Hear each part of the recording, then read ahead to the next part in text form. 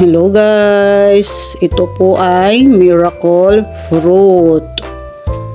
Tawag dito ay calabash fruit.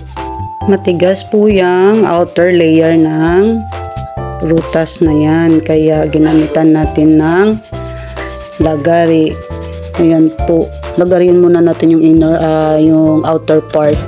Tapos ayan, gumamit na tayo ng kutsilyo dyan para mabuksan yung laman ng ating calabash fruit. Miracle fruit po ito. Marami po itong benefits na makukuha.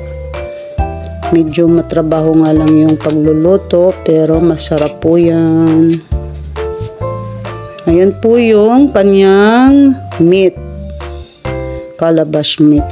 Ayan po. Lulutuin na natin. Lagay natin dyan sa kalaha. Yan po yung kanyang meat. Yan po yan. Ayan.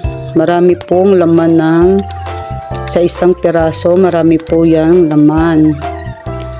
Ayan po. Lutuin lang natin yan. Katapos malabas na yung fruit niya. Tapos mag-iiba na yung kulay niya. Ganyan na yung kulay niya.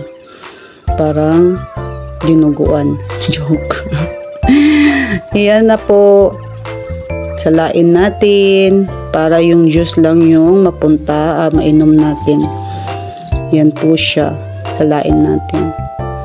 Tapos na po yan. Thank you guys for watching. Bye-bye. Namit.